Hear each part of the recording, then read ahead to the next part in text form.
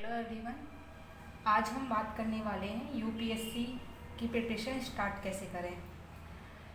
तो उसके लिए सबसे ज़रूरी है यूपीएससी की साइट पे सिलेबस है यूपीएससी का। तो पहले सिलेबस देखो, फिर उसके बाद पीवाईक्यू, दोनों को स्टार्टिंग में ही देख लो कि यूपीएससी हमसे चाहती क्या है। उसके बाद आपने स्टैंडर्ड बुक मंगवाई होंगी, तो उनको स्टार्ट करने के लिए तब जाओ। तो पीवाईक्यू है मेरे पास, जैसे ये बुक है मेरे पास। हाँ, तो ये मेंस का सिलेबस है।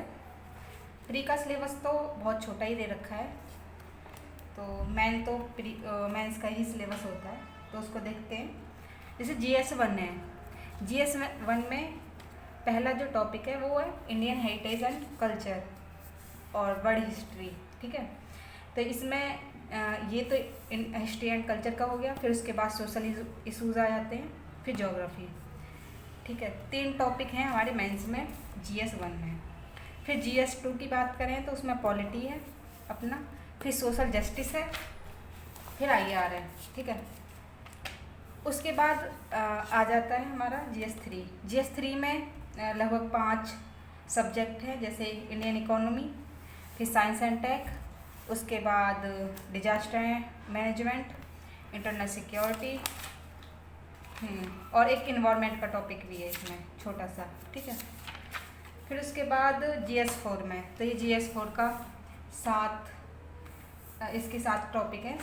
ठीक है, 7 पॉइंट में दे रखे हैं। तो ये अच्छे से पता होना चाहिए कि सिलेबस क्या है। दूसरा, इसके पीवाईक्यू। अब पीवाईक्यू इसके देखने, जो भी आप टॉपिक पढ़ रहे हो, जैसे पॉलिटी पढ़ रहे हैं तो पॉलिटी के टॉपिक उसके पीवाईक्यू उठा लो कि कैसे कैसे क्वेश्चन आए हैं। ठीक है, तो वो मतलब जो 1-2 साल पुराने ही देख लेना कि उसका यूपीएससी की डिमांड क्या है। तो डिमांड पता चलेगी तब हमें समझ आएगा कि यूपीएससी हमसे चाहती क्या है। ठीक है, अब हम ये है बुक। तो अगर बुक को स्टार्ट करने से पहले आपको इंडेक्स में जाना पड़ेगा। तो इंडेक्स देख लो कि हमें पढ़ना क्या क्या है। ठीक है, तो एक ओवरव्यू मिल जाता है इंडेक्स से, ये है इंडेक्स अपना। तो इससे पता चल जाएगा कि हमें इस बुक में क्या क्या पढ़ना है। ठीक है, फिर उसके हिसाब से फिर आप, ये अपना इंडेक्स हो गया, फिर स्टार्ट करते हैं। तो स्टार्टिंग में आपको कुछ नहीं सोचना है, आपको एक रीडिंग ऐसे ही मतलब स्टोरी की तरह ही मार लेनी है एक रीडिंग इसमें। तो जैसे पहला चैप्टर हो गया, तो पहले चैप्टर के हिसाब से ही पता चल जाएगा कि उसी के बारे में दे रखा है। ठीक है, तो एक रीडिंग मान लेनी है ऐसे ही। तो जब आप एक रीडिंग कर लोगे बुक में, तो आपको पता चलेगा कि हाँ, इसमें ये दे रखा है। फिर दूसरी बार उठाओ बुक को। दूसरी बार उठाने पे आपको फिर आप कनेक्ट कर पाओगे। जब आपने पूरे चैप्टर पढ़ लिए होंगे तो आप कनेक्ट कर पाओगे कि हाँ, जैसे राष्ट्रपति, प्रधानमंत्री के बारे में, संसद के बारे में, तो केंद्र राज्य संबंध के बारे में, राज्यपाल के बारे में, फंडामेंटल राइट्स, मूलाधिकार के बारे में, डीपीएसपी के बारे में। तो वो आप फिर धीरे धीरे समझने लग जाओगे कि हाँ, ये हमें पॉलिटी में पढ़ना है। तो सेकेंड रीडिंग में आप दोबारा से पढ़ोगे तो वो रिटेन होते चली जाएंगी आपकी चीज़ें, और जो आपने पहले पढ़ी होंगी वो कहीं ना कहीं आपके दिमाग में होंगी कि हाँ, ये पॉइंट है। अगर आपको पॉइंट यहाँ से कुछ अच्छे मिल रहे हैं तो आप हल्के साइड में नोट करते हुए चलें, या फिर यहीं पे हाईलाइट करते हुए चलें। ठीक है, फिर जबकि तीसरी रीडिंग में आओगे तो आप 2 बार रीडिंग कर चुके हो पहले, तो 2 बार रीडिंग के बाद तीसरी रीडिंग पे आओगे तो आप कनेक्ट कर पाओगे चीज़ों को, एक दूसरे से सब इंटरलिंक होती हैं।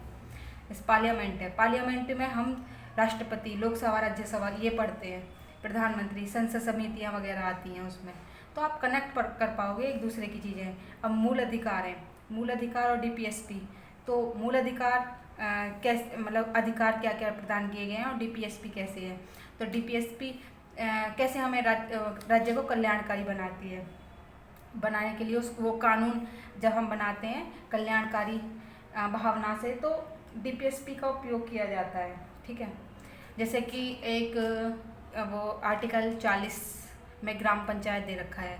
तो जो आज हमारे ग्राउंड लेवल पे ग्राम पंचायतें देखी जा रही हैं तो वो DPSP में हैं, तो वहाँ से कानून बनाया गया, तो वहाँ से ग्राउंड लेवल पे इम्प्लीमेंट हुई हैं चीज़ें, ठीक है। तो ऐसे आप कनेक्ट कर पाओगे चीज़ों को। फिर उसके बाद फिर जब आपने 2 या 3 रीडिंग मार ली, इसमें पढ़ ली है, तो उसके बाद फिर PYQ पे जाओ। PYQ में क्वेश्चन कैसे कैसे पूछे हैं, आपसे बन रहे हैं या नहीं बन रहे हैं वो देखिए, ठीक है। ऐसे ही स्पेक्ट्रम में भी आपको इंडेक्स में जाना पड़ेगा। इंडेक्स में देखो कौन कौन से टॉपिक हैं। फिर उसके बाद पहली रीडिंग ऐसे ही कहानी के रूप में ले लो कि हमारे मतलब जो 200 साल तक भारत में ब्रिटिश लोग रहे थे तो उन्होंने क्या क्या किया था, तो एक रीडिंग ऐसे ही कहानी के तौर पे मार लो, ठीक है। फिर दूसरी बार पढ़ने जाओगे तो आपको पहले ओवरऑल आइडिया हो गया होगा हिस्ट्री का कि हाँ ये चीज़ है। फिर उसके बाद दोबारा से पढ़ोगे तो दोबारा से और चीज़ें समझ में आएंगी। फिर उसके बाद तीसरी बार में आप PYQ उठाओ। PYQ से आपके क्वेश्चन बन रहे हैं वो देखो, चेक करो, और अगर जो बन रहे हैं तो वो ठीक है, और नहीं बन रहे हैं फिर उन्हें दोबारा से बुक में देखो कि ये टॉपिक कहाँ दे रखा है। तो यही प्रक्रिया होती है पढ़ने की, सबसे अच्छी प्रक्रिया यही है। बाकी और तो मतलब ये डाउट थे, मैंने कमेंट पढ़े थे तो कमेंटों में आ रहे थे सवाल कि क्या मतलब कैसे पढ़े हैं स्टैंडर्ड बुक वगैरह, तो उसके लिए मैंने इसलिए वीडियो बनाई है। अगर आपको पसंद आई हो तो लाइक करिए, और जो भी आपके क्वेश्चन हो आप कमेंट बॉक्स में डाल सकते हैं, उसके ऊपर फिर मैं वीडियो लेके आऊँगी। Thank you so much.